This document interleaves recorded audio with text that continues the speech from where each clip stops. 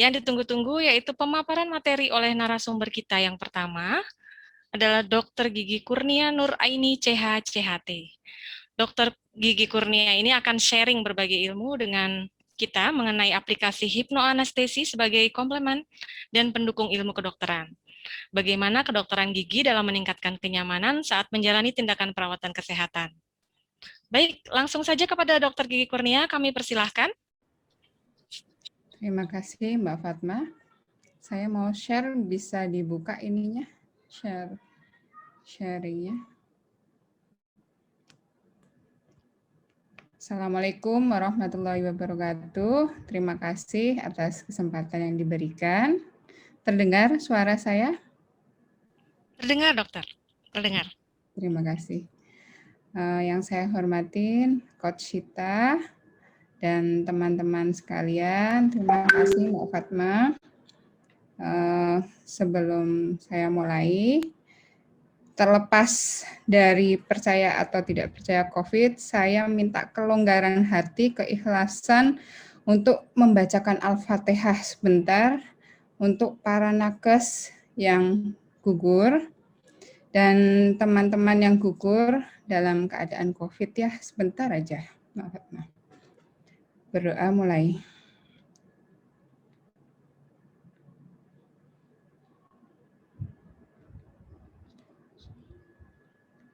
Amin. Terima kasih. Kita akan mulai. Saya mau nge-share materi, bisa Mbak Fatma? Bisa, dokter. Silakan, Coach. Tadi ini langsung di-share dari tempat dokter ya? Iya. Oke.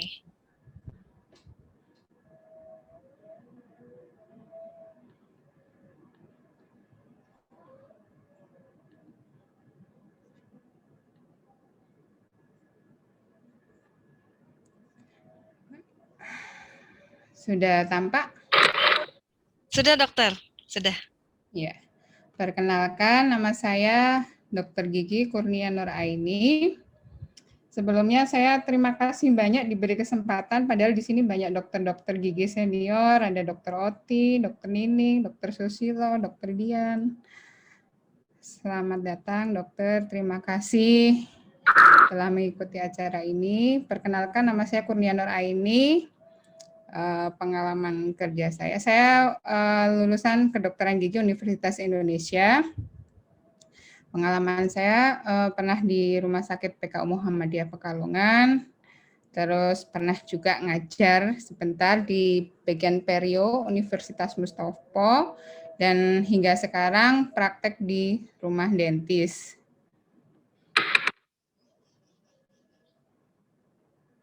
Nah, pengalaman saya hipnoterapi ini sangat bermanfaat sekali di bidang kedokteran gigi. Selain belajar hipnoanestesi, juga kita mempelajarin psikologi orang. Jadi dokter gigi itu menghadapin banyak orang dengan karakter yang berbeda-beda. Apalagi cukup trik and trik untuk pasien anak-anak. Jadi di kedokteran gigi sendiri itu kalau pasien anak itu ada namanya segitiga perawatan. Jadi ada faktor orang tua, anak, dan dokter giginya. Nah, kita mulai. Jadi hipnoterapi di dokter gigi itu tidak hanya langsung dihipno nih gitu. Jadi kita harus mengetahui benang merahnya. Banyak orang enggan ke dokter gigi itu alasannya kenapa? Mereka datang ke kita itu pasti ada alasannya, apa dengar dari orang enak kalau perawatan di situ dan sebagainya. Jadi alasan yang membuat pasien enggan ke dokter gigi itu yang pertama paling banyak adalah takut. Yang kedua, pengalaman pertama ke dokter gigi yang kurang menyenangkan. Yang ketiga, dengar cerita yang tidak menyenangkan ke dokter gigi. Keempat, membayangkan alat dan suara alat yang dibayangkan sangat mengerikan. Yang kelima, mahal. Jadi faktor ini harus kita ketahui dulu. Jadi sebelum kita melakukan menggunakan ilmu hipnoterapi ini, kita harus interview dulu terhadap pasien tersebut.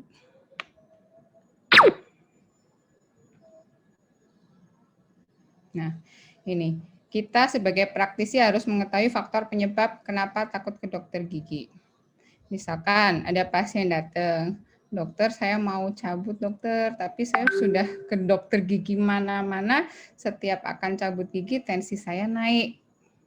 Nah, jadi benang merah itu harus kita dapat. Kita nggak bisa ujuk-ujuk ada orang datang ke dokter gigi, kita hipnoterapi. Kita harus mengetahui dulu, ditanya dulu permasalahannya di mana sih.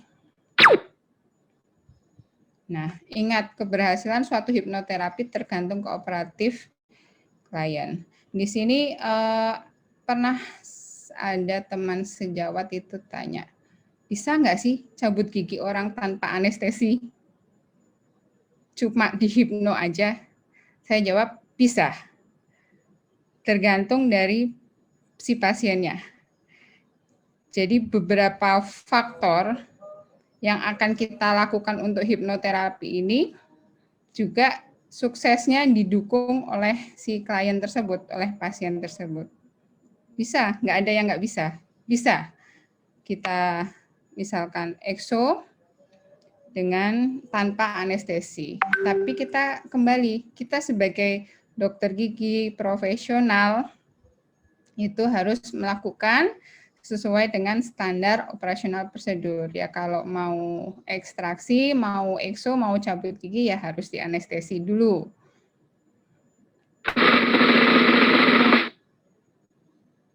Nah, hal-hal yang mempengaruhi pasien ini yaitu satu, lingkungan yang kondusif. Jadi lingkungannya pertama lihat kok kliniknya mengerikan, serem, alat-alatnya kok kurang kebersihannya atau sebagainya, itu mempengaruhi sekali dari psikis orang. Mau dihipnoterapi juga udah ada penolakan terlebih dahulu. Nah, kedua yaitu salam awal perkenalan dengan pasien. Nah, ini profil dokter itu sangat mempengaruhi kemantapan si pasien untuk periksa. Di mana-mana pasien pasti, nggak hanya pasien sih, setiap orang itu pasti menatap orang apa yang ada di depannya ketika konsultasi. Yang ketiga, keadaan fisik dan mental pasien saat datang. Kalau keadaannya takut di istilahnya di apa ya, anak kecil benar-benar digeret sama orang tuanya, iya itu nggak akan mengatasin keadaan. Yang keempat yaitu dokter gigi mampu meyakinkan pasien. Sekian, terima kasih. Jadi intinya kenapa judul ini hipnoterapi itu sebagai pendukung dalam kedokteran gigi, semua tindakan medis kita jalankan sesuai standar operasional prosedur, yaitu kalau mau cabut ya harus dianestesi, kalau mau perawatan saraf gigi yang vital ya harus anestesi. Tapi painless-nya, ketakutan sebelum anestesi itu bisa kita dengan hipnoterapi. Terus yang kedua, dengan hipnoterapi kita juga bisa mengeliminir. Jadi misalkan mau tindakan gigi, setiap mau tindakan gigi tensinya tinggi, kita bisa mengeliminasinya dengan hipnoterapi. Terus untuk pasien anak sendiri dengan hipnoterapi kita jadi belajar. Kita belajar juga di kedokteran gigi bahwa faktor anak ketika periksa itu dipengaruhi oleh faktor orang tua yang mengantarkan. Jadi ada kontak orang tua dengan si anak.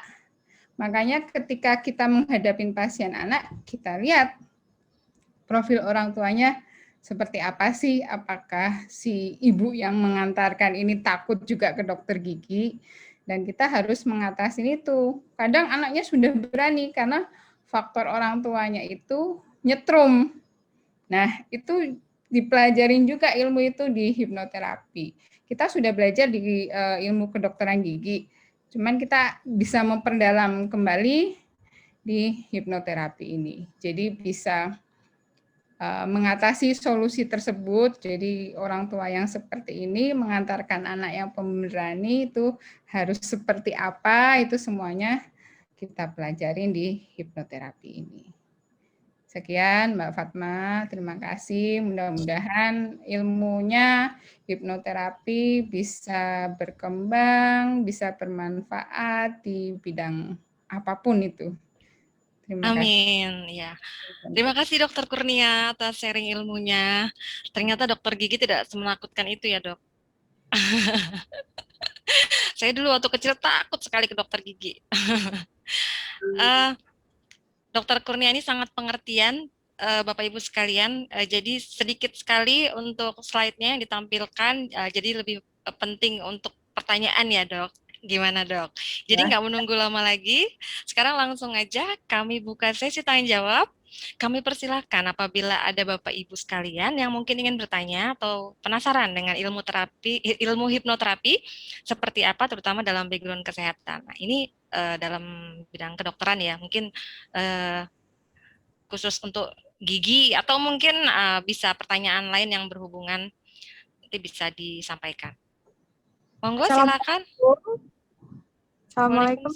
Waalaikumsalam, Ibu Femi. Ya, Mbak. Ini saya mau tanya nih sama Bu dokternya. Ini itu dengan apa terapi yang untuk menghilangkan rasa sakit itu kan apa hipnoterapinya itu apakah dengan wawancara, dengan obat gitu ya? Kok bisa hilang rasa sakitnya itu gimana gitu loh? Sebenarnya dari kemarin sih saya mau nanya, tapi ini kayaknya ada kesempatan nih karena kan ini langsung dengan dokternya gitu. Iya, betul. Gitu aja deh kayaknya. Iya, terima kasih Bu Femi atas pertanyaannya. Monggo Dok, dijawab Dokter Kurnia. Ya, terima kasih Bu Femi. Di sini nanti di hipnoterapi ini kita akan dilatih bagaimana cara membawa pasien hingga ke tahap-tahapannya sehingga pasien itu menghilangkan rasa takutnya, menghilangkan kecemasannya, bahkan hilang rasa sakitnya. Jadi rasa sakit itu bisa berkurang, bisa hilang, sama sekali hilang atau berkurang itu nanti ada pelatihannya di hipnoterapi ini. Jadi kita belajar di hipnoterapi ini untuk seperti itu. Jadi tidak menggunakan obat-obatan. Nah, tahapan awal memang sebelum kita masuk ke hipnoterapi, kita sebenarnya harus wawancara, Bu, untuk dokter gigi sendiri. Kalau saya mempraktekkan di klinik saya, itu selalu saya awalin dengan wawancara. Kenapa takut? Misalkan saya takut sama suaranya. Misalkan suara burnya, saya takut Dok sama suara burnya udah lihat aja udah nying gitu. Jadi sudah membayangkan bahwa suara itu sangat menyakitkan giginya. Nah, nanti di ilmu hipnoterapi ini kita belajar bagaimana mengatasi pasien dengan sensasi seperti itu, sehingga pasien dengan sensasi suara bur yang seperti itu bisa hilang, tidak ada gitu, Bu Femi. Misalkan itu contohnya suara bur. Yang kedua, misalkan dari pengalaman buruknya dulu waktu kecil. Misalkan waktu kecil cabutnya hanya pakai dingin-dingin klor etil, padahal giginya belum goyang banget gitu misalkan.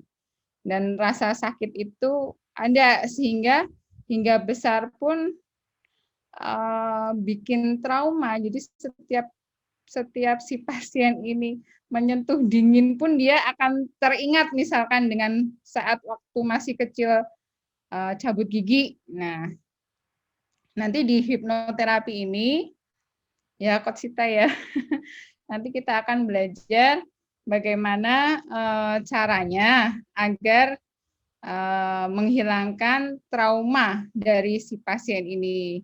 Jadi berbagai teknik, ada tekniknya Bu Femi di hipnoterapi ini yang akan mengatasi hal-hal tersebut. Tadi maksudnya wawancara itu memang tahapan awal untuk orang masuk ke hipnoterapi. Jadi bagaimanapun kita harus tahu dalam menghadapi orang itu harus tahu karakternya, sifatnya, keluhannya. Nah, itu harus kita ketahui sehingga waktu kita melakukan hipnoterapi tepat sasaran. Nah, nanti ada teknik-teknik tertentu yang bisa dipelajari dari hipnoterapi ini. Sekian Bu Femi. Anda lagi, udah jelas? Iya, terima kasih Dok atas penjelasannya. Baik untuk Ibu Femi, bagaimana Ibu? Apakah sudah jelas? Jadi mungkin maksud membantu menjelaskan sedikit maksud Dokter Kurnia. Jadi pada saat wawancara ini tidak menggunakan obat-obatan seperti itu, tapi lebih ke building rapport ya, mungkin menjalin kedekatan dulu dengan si pasien. Nah, kita sebagai pasien mungkin di situ mendapatkan kesempatan untuk bisa menceritakan apa yang kita keluhkan, jangan khawatir dan jangan ditutup-tutupi apa yang kita rasakan, kita keluhkan, silakan disampaikan agar proses asesmen ya, mungkin proses pengobatan nanti bisa berjalan dengan lancar. Jadi kita menyampaikan apa yang kita rasakan dan nanti dari Dokter Kurnia sendiri mungkin sebagai dokter gigi akan tepat seperti itu untuk solusi yang diberikan. Mungkin Coach Cita mau menambahkan? Sudah senyum-senyum Coach Cita dari tadi. Iya, silakan loh Coach Cita. Ya, tadi Mbak Femi ya, apakah hipnoanestesi ataupun hipnoterapi menggunakan alat atau obat? Semua konteks hipno itu menggunakan komunikasi persuasi di bawah sadar. Jadi kita murni membawa seseorang ke kondisi hipnosis, kemudian dengan sugesti tertentu sesuai dengan kebutuhan si klien ataupun pasien, baru dijalankan prosedur hipnoterapi atau hipnoanestesi. Jadi murni semuanya medianya ataupun alatnya itu komunikasi. Komunikasi si hipnoterapis ke pasiennya ataupun kliennya. Tanpa alat, tanpa obat, tanpa sentuhan juga bisa. Seperti itu. Demikian Mbak Fatma. Oh iya, baik, terima kasih Coach Cita untuk tambahan penjelasannya. Mungkin Ibu Femi, apakah masih ada? Sampaikan sebentar Mbak Fatma. Iya, monggo Ibu Dokter. Hipnoanestesi ini tidak berarti si pasien tidur ya Bu Femi. Jadi pasien hipnoanestesi ini tetap bisa kumur, tetap bisa bergerak, ya nanti dengan sugesti dia hanya mampu merasakan apa yang kita sugesti. Betul. Baik Ibu Femi, apakah masih ada Ibu Femi? Ya, baik Mbak, udah jelas Mbak. Ya, terima kasih Bu Femi atas pertanyaannya. Bukan sulap, bukan sihir ya untuk ilmu hipnoterapi. Pokoknya semuanya murni ilmu komunikasi ya, ada hubungannya erat dengan komunikasi dan sugesti ya. Baik, ini ada pertanyaan nih di kolom komentar. Assalamualaikum Dok, saya mau tanya, gimana caranya membuat diri itu nyaman dengan penggunaan behel gigi? Kadang menyebabkan sakit, mungkin karena tarikan behelnya, dan ketika makan itu sangat tidak nyaman. Apalagi ketika sariawan, behelnya bikin nggak nyaman aja Dok. Terima kasih banyak sebelumnya dokter. Monggo Dokter Kurnia. Ya, terima kasih. Kalau behel itu pasti pergerakan gigi. Pergerakan gigi tanpa anestesi pasti sakit. Nah, cuman sensasi sakit ini dengan kita belajar hipnoterapi ini bisa painless, bisa merendah Meredanya bisa mereda pelan-pelan, bisa mereda cepat tergantung diri kita, sugesti diri kita. Nah, sugesti diri kita ini nanti kita pelajari namanya self hypno, menghipno diri sendiri. Sebenarnya nggak hanya di behel saja. Jadi misalkan naudzubillah jangan sampai kena COVID, pas COVID berasa sesak itu kita bisa melakukan self hypno. Nanti akan diajarkan dalam ilmu hipnoterapi. Jadi hipnoterapi itu luas sekali. Nah, kalau Gigi sendiri, ya pengalaman saya dulu pertama belajar hipnoterapi ini sebenarnya to the point, pingin pasien saya dibius nggak sakit gitu. Karena setiap pasien itu pasti takut disuntik. Tapi alhamdulillah dengan belajar ini, jadi ilmunya kemana-mana. Contohnya kayak kemarin Lebaran, saya ngulek cabai banyak, itu tangan itu panas karena nyentuh cabai. Aduh panas, sudah saya kasih odol, sudah saya kasih garam. Aduh gimana, terus saya ingat pelajaran yang diajarkan sama hipnoterapi ini, mensugesti diri sendiri, itu panas di tangan itu hilang. Jadi berusaha apa ya, kayak mensugesti diri, bukan melupakan sih, jadi udah nggak apa-apa gitu.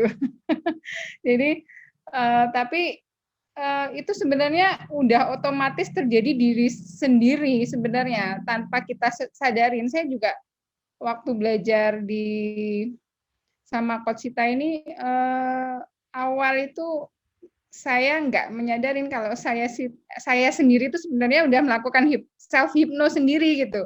Baru setelah belajar dengan Coach Sita, oh ya berarti selama ini juga saya self hypno ya gitu. Contoh lagi kalau anak jatuh misalkan, oh nggak apa-apa udah ditiup sembuh gitu kan. Sebenarnya itu apa ya, memotivasi ya, mensugesti anak, oh nggak apa-apa gitu. Tapi ya kita sebagai dokter juga tahu, oh ini agak dalam berarti diguyur, ayo tarik nafas, diguyur ya, terus kasih betadine misalkan gitu. Jadi banyaklah ilmu ini kita manfaatkan untuk kehidupan sehari-hari. Baik, terima kasih Dr. Kurnia untuk jawabannya. Bagaimana Ibu Sri Agusti? Sebentar. Untuk selanjutnya kami persilahkan kembali apabila ada Bapak Ibu yang ingin open mic. Langsung saja untuk bertanya. Oh ini ada dari Pak Yuslam nih, Mbak Fatma. Ya, Bapak Yuslam dari Bekasi. Ya, selamat sore, saya Bapak Yuslam dari Jakarta. Untuk pasien yang bisa dihipnoterapi, khususnya hipnoanestesi, sugesti bisa berhasil hanya kepada pasien yang kooperatif atau kondisi apapun. Misalnya, pasien yang datang dengan menangis atau pasien balita yang tidak kooperatif, dan apakah bisa pada pasien dengan gangguan mental? Terima kasih. Hipnoterapi sebenarnya bisa dilakukan kepada siapa aja, tapi lebih bisa terkendali karena sugesti ya. Kalau anak di bawah 10 tahun itu punya dunianya sendiri. Jadi memang untuk si anak mau nyaman ke kita, kita harus bagaimanapun harus menggunakan ilmu pendekatan, ilmu merayu. Jadi kalau seperti kayak pasien anak-anak di bawah 10 tahun, saya biasanya halo, kenalan dulu, seperti itu. Harus pendekatan dulu supaya mau dengan kita. Terus hipnoterapi itu jangan bayangkan kayak di hipno terus tidur gitu, enggak. Jadi bisa dengan apapun itu sehingga anak itu terbawa. Kalau saya biasa sama pasien anak-anak, halo namanya siapa? Adik atau kakak ya, kakak anak hebat. Saya suruh niru-niruin tuh tangan saya gini, kakak anak hebat. Nah itu otomatis lama-lama terjalin komunikasi kayak nyambung gitu, artinya set gitu, terus anak itu mau. Yang tadinya nggak mau buka mulut sama sekali, ya memang kita harus sabar sama anak-anak.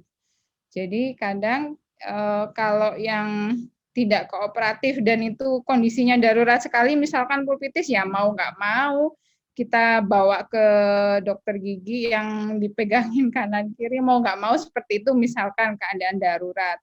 Cuman paskanya bisa kita hipnoterapi sehingga tidak trauma sama dokter gigi. Gitu.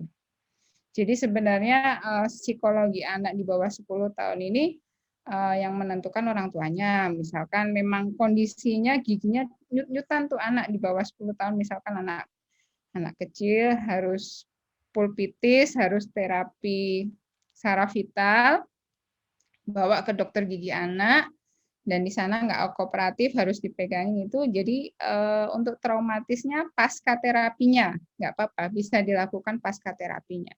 Jadi terapi ini nggak hanya saat tindakan saja, bisa dilakukan pasca terapinya. Kalau memang itu urgent ya, kita nggak bisa. Makanya kita harus tahu kondisi awal pasien gitu. Kalau pasien udah nyut-nyutan sekali, tapi kalau orang dewasa nyut-nyutan malah udah dok dicabut aja dok. Nah, jadi tekadnya sudah bulat itu sebenarnya tanpa disugesti pun dia nggak bakalan takut. Jadi kita harus mengetahui dulu inti ketakutannya di mana. Kalau anak-anak yang kok tidak kooperatif ya nggak bisa. Di bawah 10 tahun itu punya dunia sendiri. Jadi sugestinya jangan bayangin hipnoterapi itu hipnotis terus diginiin terus tidur, itu enggak. Jadi dengan psikologi komunikasi ya Mbak Fatma ya, istilahnya apa di psikolog itu, jadi bisa ada kontak antara dokter gigi sama pasien. Ya itu tadi yang orang tua yang nggak kooperatif juga harus kita atasin di sini. Iya, betul, Dok. Anak ya. Jadi bisa pasca juga ya, Dok ya. Bisa tidak hanya pada saat tindakan tapi juga bisa pasca pengobatan seperti itu ya. Baru bisa diberikan sugesti atau diberikan pengobatan dari sisi hipnoterapi seperti itu. Kalau ini kondisi apapun saya jawab nggak bisa. Kalau kondisi apapun tidak bisa. Harus kondusif karena kita mau memasukkan sugesti. Betul. Ya. Baik Bapak Yuslam, untuk pertanyaannya sudah dijawab oleh Dr. Kurnia. Mungkin ada tambahan dari Coach Sita? Sudah cukup? Baik. Untuk Bapak Yuslam, terima kasih atas pertanyaannya. Dan kembali saya persilahkan kepada Bapak Ibu sekalian, apabila ada yang ingin open mic, monggo silahkan. Kok dari tadi nggak ada yang open mic ya? Cuma Ibu Femi ya? Ditunggu masih untuk pertanyaannya ini, mumpung ini kita sharing-sharing tentang ilmu hipnoterapi dari sisi medis, terutama untuk gigi nih, untuk kedokteran gigi seperti apa. Mungkin rekan-rekan sekalian atau Bapak Ibu sekalian ada yang punya pengalaman mungkin, atau anak-anaknya punya pengalaman buruk, atau bisa di-sharing langsung di sini. Langsung saja Bapak Ibu, jangan malu-malu. Atau ini udah jangan-jangan pada tidur semua ini, kok nggak ada suaranya? Nah, Atau boleh Bu Kurnia, Dokter Kurnia sharing pengalaman ya ini. betul. Pasien menghipnoterapi pasiennya seperti apa? Mungkin hal yang paling berkesan selama menjadi dokter gigi menggunakan hipnoterapi. Boleh ada gambaran teman-teman? Iya dokter, bisa sharing dokter ke kami semua ini yang sangat takut dengan dokter gigi, mungkin saat kecil. Mungkin masih ada juga nih yang saat ini juga takut. Karena suami saya juga takut banget sama dokter gigi. Jadi ya memang banyak faktor yang menyebabkan orang takut ke dokter gigi, dan kita memang harus mengetahuinya tadi ya Mbak Fatma ya. Jadi ada faktor karena pengalaman pernah cabut, gagal gitu misalkan. Terus pengalaman pernah waktu masih akut-akutnya sakit datang ke dokter gigi, terus treatmentnya memang menyakitkan. Ya ada, itu kan memang kalau kita lagi akut-akutnya ke dokter gigi kan treatmentnya agak durjana memang.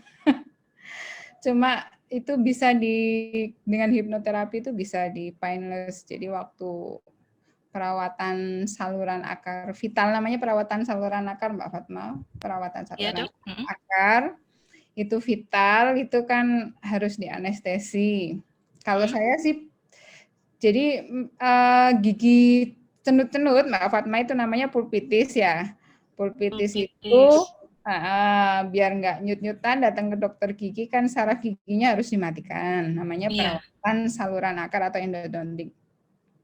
Ada berbagai metode, pakai obat, tambal sementara, nunggu sarafnya mati, terus baru perawatan. Kalau saya sih lebih senang anestesi langsung perawatan saluran akar vital namanya. Iya iya dok. Perawatan saluran akar vital ini walaupun sudah dianestesi, itu perawatannya memang agak durjana, agak sakit, menyiksa. Waduh. Memang gitu dan itu mau nggak mau agak bikin traumatis memang.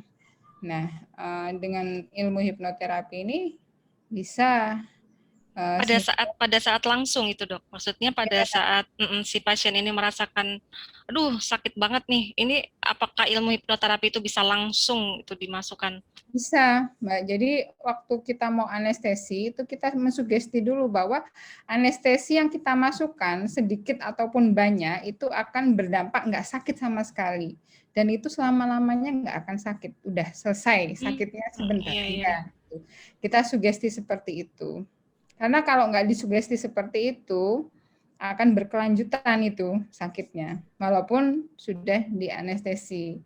Jadi ambang rangsang sakit atau threshold sakit orang berbeda-beda. Ada yang sakit dikit, aduh sakit. Kan? Ada Manja yang, gitu ya dok? ada yang orangnya super, sakit banyak juga nggak apa-apa gitu. Itu juga tergantung sugesti di diri sendiri. Berarti orang itu kuat sekali gitu untuk mensugesti dirinya sendiri sebenarnya tanpa disadarin ya. Atau jaim ya dok ya, jadi Nggak mungkin manja lah dengan tahan-tahan gitu. dirinya gitu. Ya. Nah, itu itu sangat menguntungkan dokter gigi dalam perawatan sehingga ya itu karakter pasien tuh macam-macam. Jadi kita tindakan itu ya tahapan pertama ya harus wawancara dulu, harus Menjalin kedekatan komunikasi. dulu ya, Nah, komunikasi, baik. kita bukan ngerjain benda, tapi kita mengerjakan orang yang punya perasaan gitu kan. Betul betul dok. Nah ini dok, ada pertanyaan juga nih dok dari saudara atau saudari Zain ini. Watashi wa, waduh. Assalamualaikum, ini dari Jepang nih ya. Assalamualaikum, mau bertanya, apabila kita punya tingkat kecemasan tinggi, apakah hipno tersebut akan berhasil? Jika iya, berapa lama akan berhasilnya? Terima kasih. Berhasil. 100% berhasil. Waalaikumsalam warahmatullahi wabarakatuh. Apabila kita punya tingkat kecemasan tinggi, apakah hipno tersebut akan berhasil? Dengan catatan dirilis dulu kecemasannya. Dengan ilmu hipnoterapi kita rilis dulu kecemasannya, baru kita berikan hipnoterapinya, sensasinya. Sensasinya sebesar apa? Nanti kita pelajarin di hipnoterapi ini. Kalau kita bisa sampai koma state, sampai bawah gitu, ya mau diapa-apain juga pasiennya diem aja. Iya betul dok. Aja gitu kan. Termasuk perintah kita jangan membayangkan hipnoterapi itu kayak di uya-kuya yang tidur gitu. Enggak. Kita memerintahkan kumur untuk kembali ya masih dalam keadaan hipnoanestesi, enggak baal, enggak berasa apa-apa. Jadi, Pak, saya sentuh Bapak kumur, nanti hanya sekali kumur kembali ke tidur. Terus ya udah kumur tidur. Nurut gitu aja ya dok ya. Betul, begitu Bapak atau Ibu Zain ini.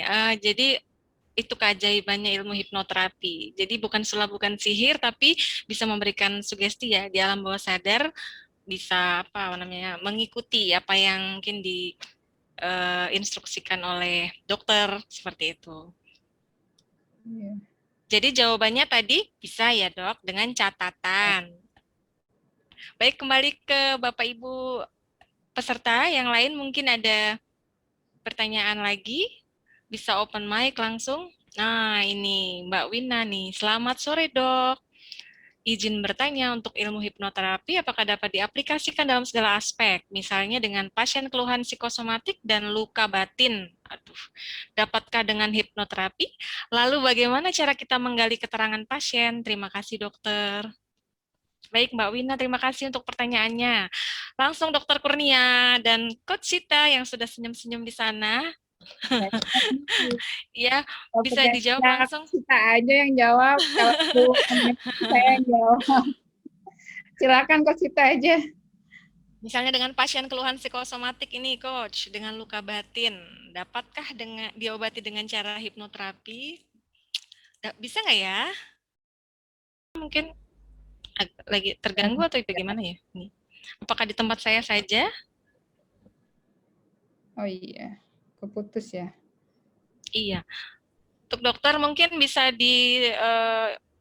dibantu dokter untuk apa namanya penjelasan tentang ini nih, tentang pasien yang mungkin dengan keluhan sakit hati ya, luka batin, tuh bisa nggak sih disembuhkan dengan hipnoterapi sesuai yang sudah kita pelajari mungkin ya dokter?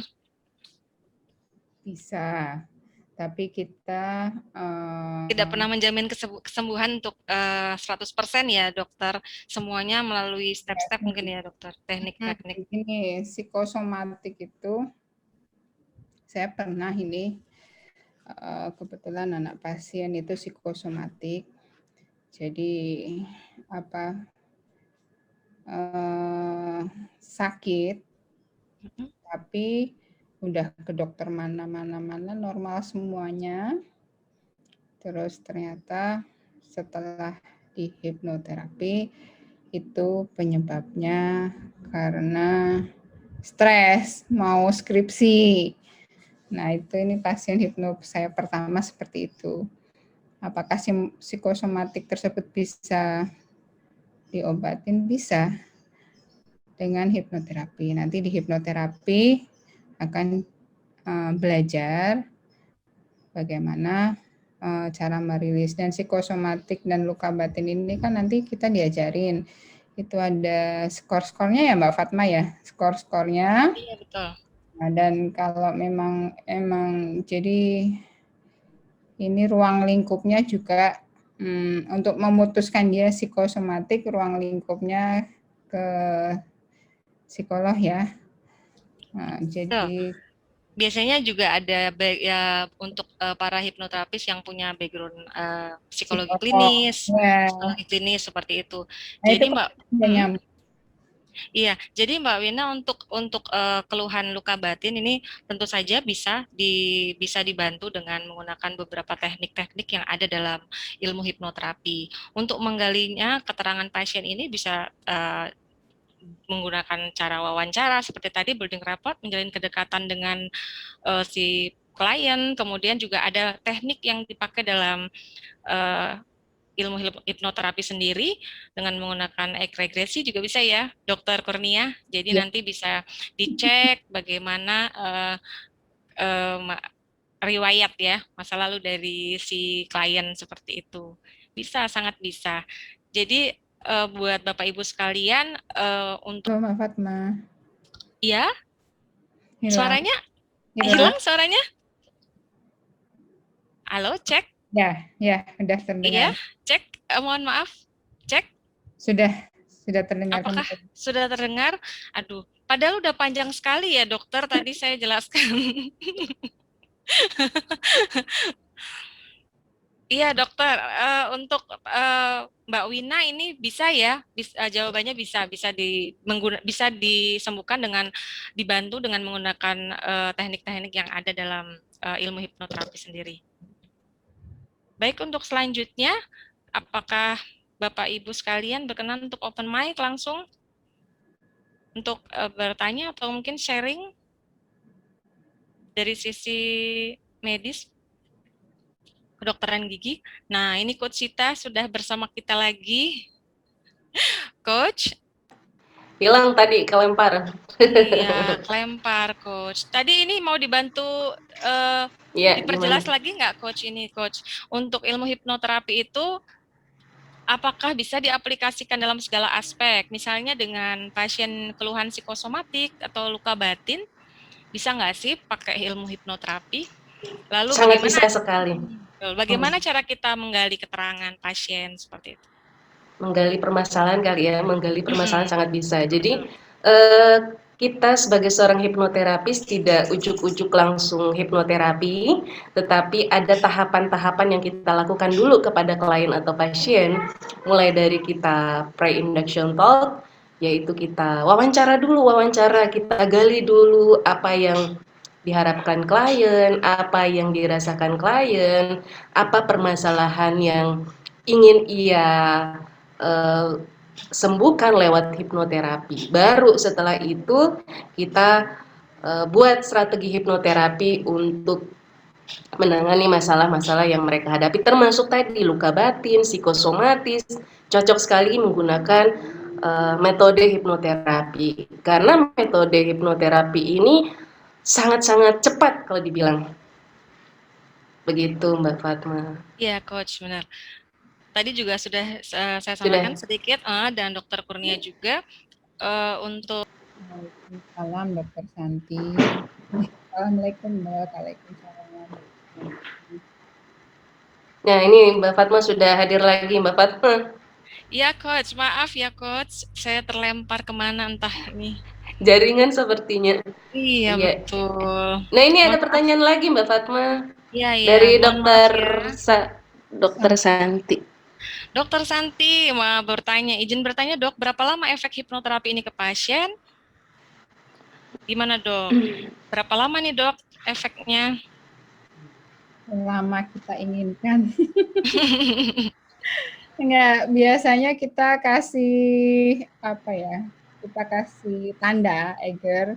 Jadi nanti ketika saya sentuh ibu, semuanya sudah selesai gitu. Jadi ya selama kita inginkan. Jadi tergantung teknik yang kita gunakan juga. Kalau kayak tadi saya bilang kalau nggak pakai anestesi bisa nggak cabut itu bisa. Tergantung teknik yang kita gunakan, seberapa dalam sugesti yang kita kasih. Nanti dipelajarin, pokoknya asik deh ilmu ini. Iya, baik. Dokter Santi ya? Ini untuk Ibu Santi, ya Ibu Santi sudah dijawab ya Bu. Untuk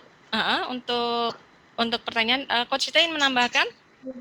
Ya, kalau untuk efek hipnoterapi, kalau untuk anestesi ya sesuai dengan keinginan dokter giginya. Kalau efek hipnoterapi untuk klien yang punya masalah, misalnya ada fobia, ya, kemudian insomnia atau masalah-masalah psikologis lainnya, itu efeknya bisa permanen. Misalnya sebelumnya punya fobia terkait dengan kecoa gitu ya. Setelah dihipnoterapi beberapa sesi, ya selamanya enggak lagi fobia. Selamanya, efeknya bisa permanen. Itu. Tapi kalau untuk hipnoanestesi ya sesuai dengan kebutuhan aja. Itu mau 1 jam bisa, 30 menit bisa, ya sesuai dengan kebutuhan. Seperti itu. Baik. Terima kasih Coach Cita, Dr. Kurnia. Ya. Baik Ibu Santi, terima kasih pertanyaannya Ibu. Sudah dijawab ya langsung oleh Dr. Kurnia dan Coach Cita. Kalau untuk yang berhubungan dengan anestesi, tergantung dokter giginya ya. Mau berapa lama, bisa sejam, 2 jam, 3 jam. Nah, tapi kalau untuk efek pada pasien yang melakukan pengobatan misalnya fobia segala macam, itu bisa permanen. Baik, ada lagi yang ingin bertanya? Jangan malu-malu, ini aduh ilmunya ini. Nah, ini ada Mbak Fatma. Di mana? Sebentar. Pak Umar, M. Umar Dhani. Oh iya, Bapak Umar Dhani. Permisi Dok, izin bertanya. Saya sekarang sedang mengambil program studi keperawatan. Apakah hipnoterapi bisa diterapkan? Saya sebagai perawat profesional. Nah, bagaimana Dokter Kurnia? Bisa sekali dengan berbagai macam profesi ya, Coach Cita? Ya, betul. Semua Banyak ya. profesi bisa, Betul. dokter gigi, perawat, semua profesi bisa. Psikolog, Ya, psikolog, ya. guru juga bisa. Wah, Apa aja bisa Bapak. Ayo Bapak Umar, belajar ilmu hipnoterapi. ibu di rumah tangga, rumah Oh, bisa. bisa. Untuk anak-anak ya, ilmu hipnoterapi sangat bermanfaat untuk beragam profesi. Ayo Bapak Ibu sekalian, ini mumpung ada masih ada waktu ini ya. Sebelum kita melangkah ke narasumber berikutnya, masih diizinkan ini untuk bertanya. Baik, ini ada mana ya? Oh, sudah. Mungkin ada yang mau open mic biar bisa mendengarkan suaranya langsung. Ayo jangan malu-malu Bapak-bapak, Ibu-ibu semuanya.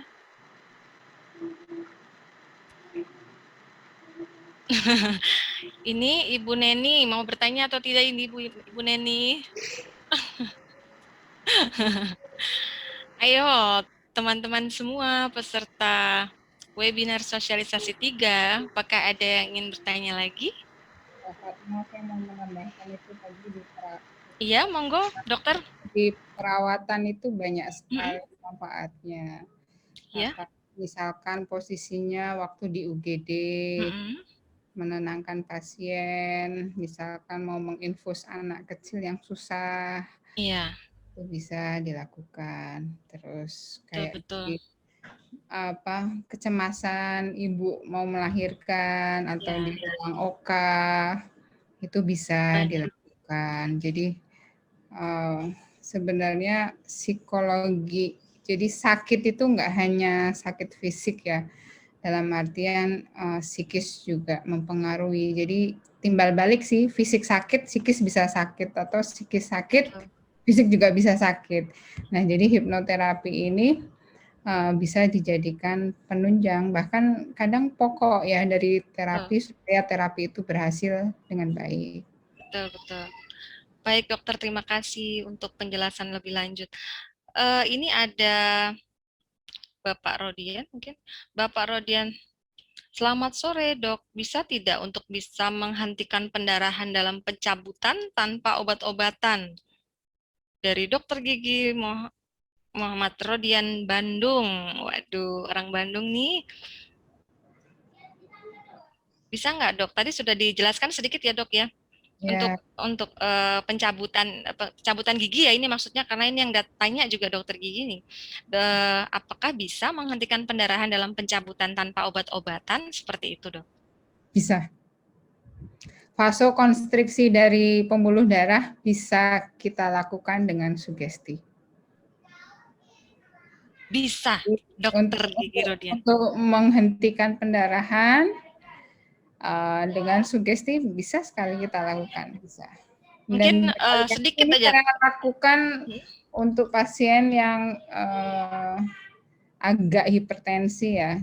Dalam artian hipertensinya bukan hipertensi karena kecemasan, ketakutan, itu biasanya agak over bleeding ya.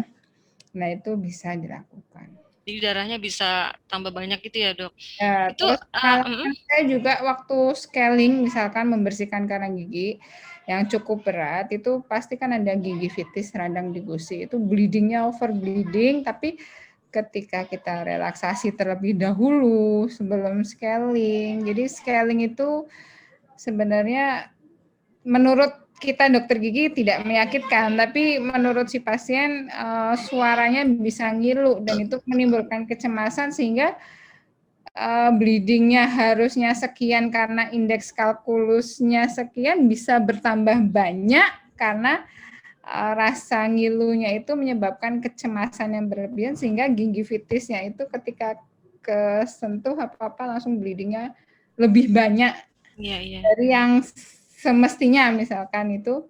Nah, dengan rilis itu, dengan hipnoterapi bisa merilis itu. Jadi gusinya pun bisa pucat dengan hipnoterapi sehingga waktu scaling itu walaupun kalkulusnya banyak itu nggak terjadi overbleeding. Itu yang saya pernah lakukan juga. Gitu. Oh iya, baik dok. Bisa ya Bapak Rodian, ini untuk pencabutan tanpa obat-obatan tadi sudah dijelaskan sedikit oleh Dokter Kurnia. Mungkin kalau Dokter Kurnia juga bersedia untuk sedikit aja mungkin ada apa gambarannya bagaimana dok untuk bisa menghentikan itu seperti apa? Mungkin apa ya? Mungkin dari bagaimana cara Dokter Kurnia untuk bisa melakukan teknik ilmu hipnoterapi itu sendiri. Nah, Dikit aja dok, biar penasaran dok. pencabutan tanpa obat-obatan, misalkan pasien yang over bleeding, pendarahan itu kan banyak penyebabnya ya. Bisa terjadi karena memang dia kecemasan yang tinggi dari awal, atau bisa karena memang hipertensinya memang dia minum obat-obatan ya. Iya. Nah, misalkan kalau hipertensinya karena obat-obatan ya kita harus sesuai standar operasional prosedur. Misalkan dia minum obat pencair darah ya jangan pencabutan. Bagaimanapun bleedingnya emang dari dalam dicairkan ya itu akan tetap akan bleeding gitu kan. Jadi emang harus sesuai standar operasional prosedur. Cuman kalau karena pendarahan yang berlebihannya karena faktor psikologi, cemas, itu masih bisa dihentikan. Misalkan kita pakai teknik tertentu, misalkan membayangkan itu terjadi aliran darahnya terhenti di situ atau disugesti apa, tapi kata-katanya nggak boleh ada darah juga ya, karena waktu hipnoterapi kita harus juga memperhatikan kata-kata yang kita ucapkan ya, Mbak Fatma ya, jangan memunculkan malah rasa memberikan trauma ya.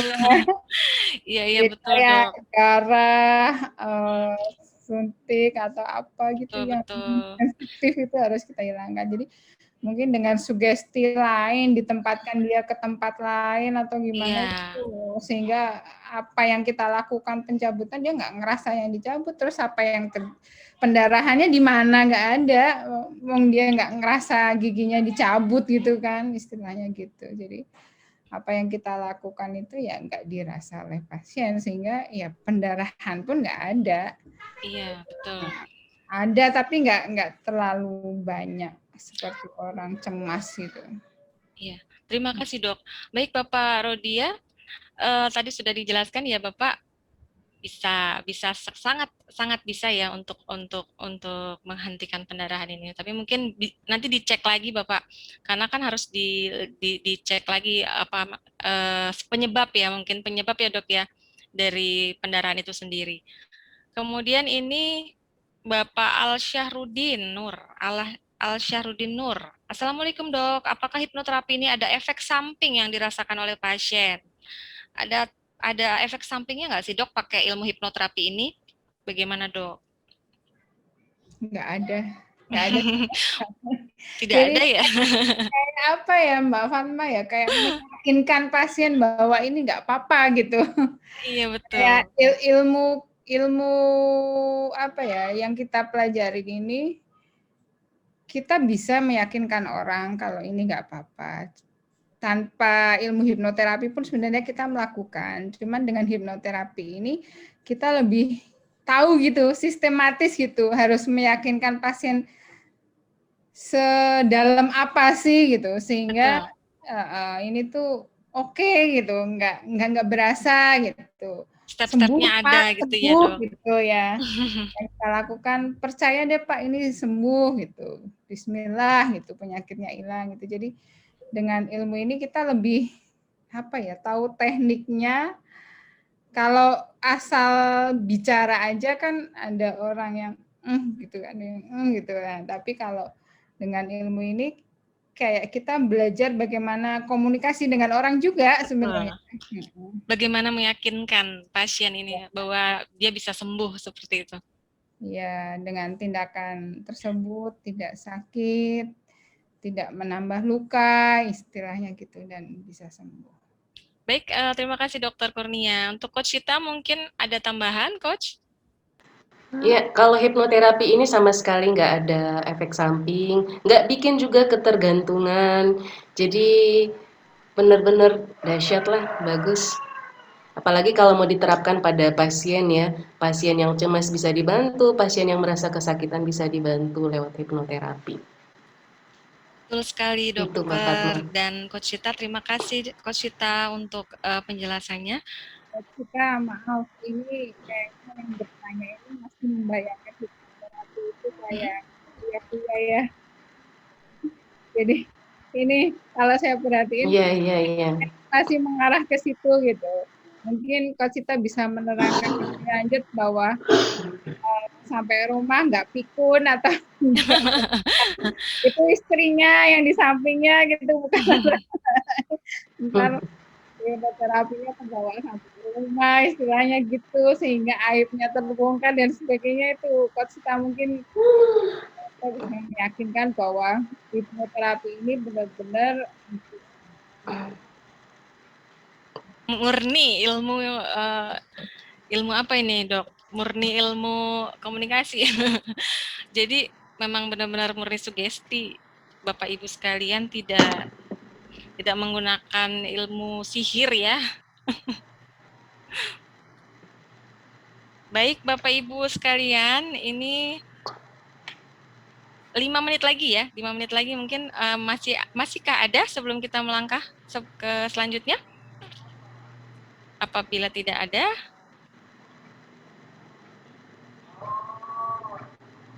sudah cukup? Baik, terima kasih Dr. Kurnia atas sharing ilmunya.